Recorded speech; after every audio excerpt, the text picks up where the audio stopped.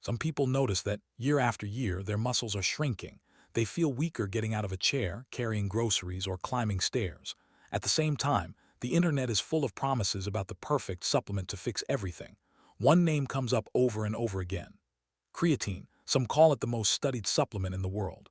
Others worry it might hurt their kidneys or make their hair fall out. So what is the truth? Is creatine just for bodybuilders in the gym? Or could it be one of the most useful supplements for your muscles, your brain, and even your heart? And is it really safe? In this video, we are going to look at what creatine actually is, how it works inside your body, the main benefits that studies have found, how to take it in a way that makes sense, and the real risks you should know about. We will keep it simple, evidence-based, and practical, so you can decide together with your doctor if creatine is worth it for you. Let's start with the basics. What exactly is creatine? Creatine is a natural compound that your body already makes on its own. Your liver, pancreas, and kidneys produce creatine from three amino acids: glycine, arginine, and methionine. From there, creatine travels through your blood and is stored mostly in your muscles. About 90 to 95% of the creatine in your body is inside your muscles. The remaining small part, around 5%, is stored in your brain and other tissues. Why does your body go to all this trouble? Because creatine is one of the key players in your energy system.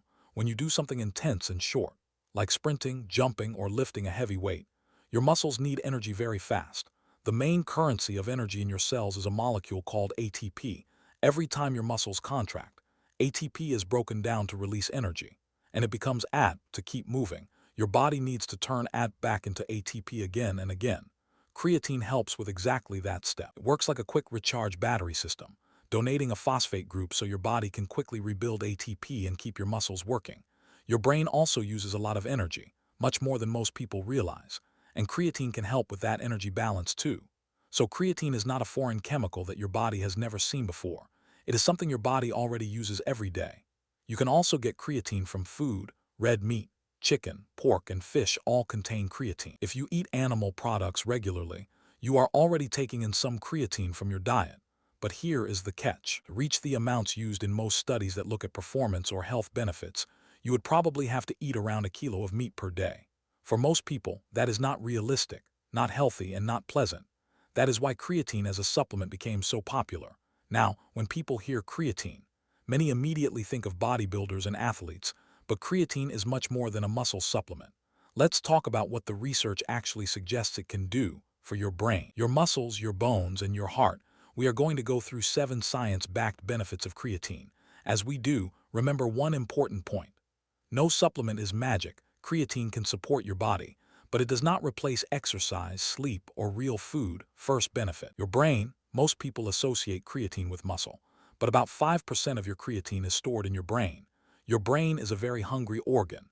It uses a large share of your body's total energy just to keep you thinking, remembering, and reacting. Creatine helps your brain recycle ATP, just like it does in your muscles.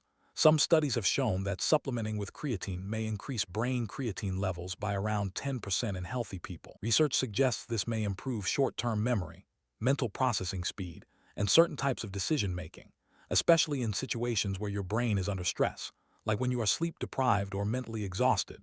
There is also interest in creatine for people who experience brain fog after illness or during aging. Some small studies in older adults have found improvements in memory after a few weeks of creatine supplementation. Although this is still an active area of research, creatine is not a cure for memory problems, but it may give your brain a bit more energy to work with. Second benefit: prevention of muscle loss as you age. This has a name: sarcopenia. From your mid-30s onward, if you are not active, you may start to lose muscle mass and strength slowly every year. By the time many people reach their 60s and 70s, they have lost a large percentage of their muscle. This is not just about looking less fit. Lower muscle mass and strength are linked to higher risk of falls, fractures, loss of independence, and even dementia and earlier death. The good news is that resistance training, things like lifting weights or doing body weight exercises, can slow down or even reverse this loss. And here, creatine may help. Studies in older adults suggest that taking creatine together with strength training can help preserve or increase muscle mass and strength more than training alone. With creatine on board, your muscles have a bit more energy to train harder, recover better, and build tissue. Third benefit: increased strength and performance. This is the effect that made creatine famous in the sports world. When you do short, intense efforts like heavy lifting, sprinting, or explosive movements, Creatine helps you regenerate ATP faster, over weeks and months, that can translate into being able to push out a few extra reps, lift slightly heavier weights, or maintain power a bit longer. Those small differences add up. Meta-analyses suggest that in people who are already training, creatine supplementation can increase strength by roughly 8 to 14% and increase the number of repetitions or total work done in a session by a similar amount. In people who are new to training or were previously sedentary, gains can be even more noticeable. Some studies report that strength can increase by up to around 30% in certain measures when creatine is combined with a good training program.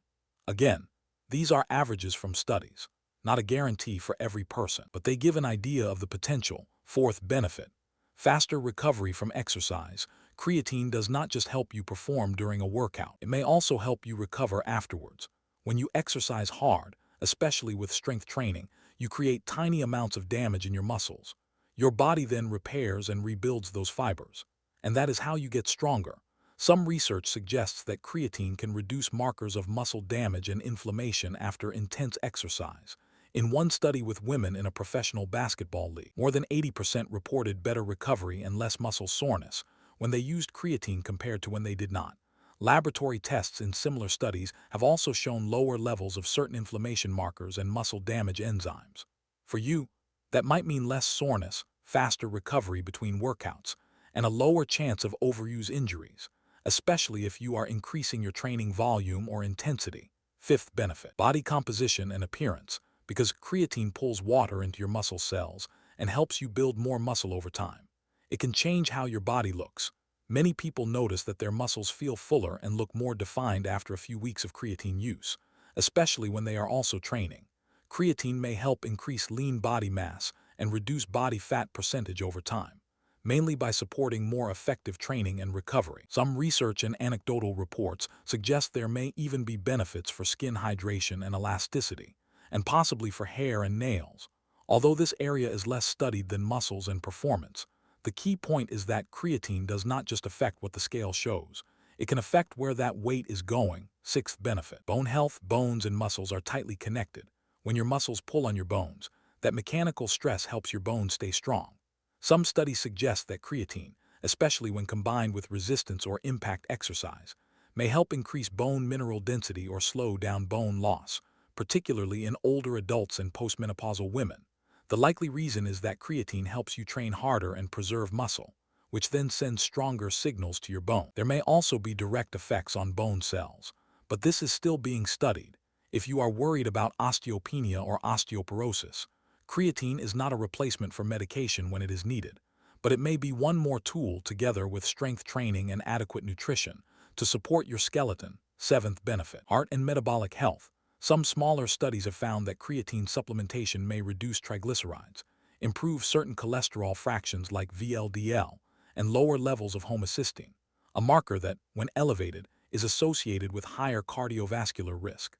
There is also research suggesting that creatine may improve blood sugar control and insulin sensitivity in some people, especially when combined with exercise. In people with certain forms of heart failure or circulation problems, creatine has been studied as an add-on to standard treatment, with some trials reporting improvements in exercise capacity. This is still a developing area of research, and creatine is not a treatment for heart disease on its own, but overall, the cardiovascular and metabolic profile of creatine in studies so far has been more positive than negative. At this point, you might be thinking, if creatine can do all of that, why isn't everyone taking it?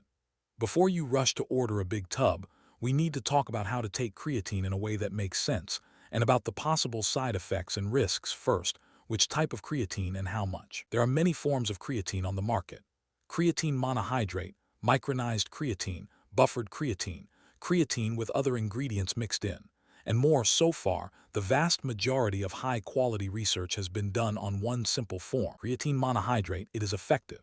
It is usually the least expensive option, and it has the strongest safety record. Micronized creatine is just creatine monohydrate with smaller particles, which may mix a bit better in water for some people.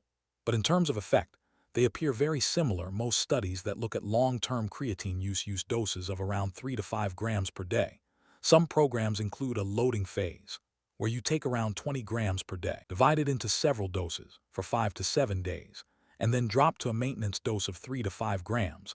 The loading phase fills your muscles faster, But research also shows that if you simply take 3 to 5 grams every day, your muscles reach similar levels after a few weeks. So for most people, a simple daily dose of 3 to 5 grams is enough. Taking more than that does not seem to create more benefit. Your body will simply excrete the excess. There is also evidence that taking creatine together with carbohydrates and protein, for example, mixing it into a smoothie, may improve how much your muscles absorb.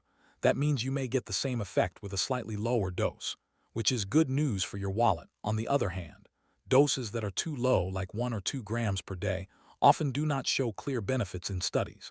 Now, when should you take creatine? Some studies suggest a slight advantage when creatine is taken close to the time of your workout, either shortly before or shortly after. Other studies do not find a big difference in practice. The most important thing is consistency. Taking it every day, ideally at a time you can remember. If you already have a post-workout snack or shake, adding creatine there is a simple habit. One detail: high doses of caffeine taken together with creatine may reduce some of the performance benefits in certain studies. Although this is not fully settled, if you are very sensitive or want to be cautious, you might avoid combining large amounts of caffeine and creatine in the exact same moment and instead space them out. Another important point: creatine does not work the same for everyone. There is a group of people called non-responders. Roughly 20 to 30% of people already have muscles that are naturally saturated with creatine. When they supplement, their muscle creatine levels do not rise much, and they see little or no effect. How do you know if you might be in that group? Often, people who respond to creatine notice within the first 3 to 4 weeks a small increase in body weight, usually 1 to 3 kilos, mainly from water being pulled into the muscles. They may also feel that their training sessions are slightly stronger or that their recovery is better. If you take creatine consistently for a month, at a proper dose, and see absolutely no change in body weight, no difference in training performance, and no change in how you feel, you might be a non-responder. In that case, continuing may not add much for you now. Let's talk about side effects and risks. The most common side effects of creatine are related to the digestive system.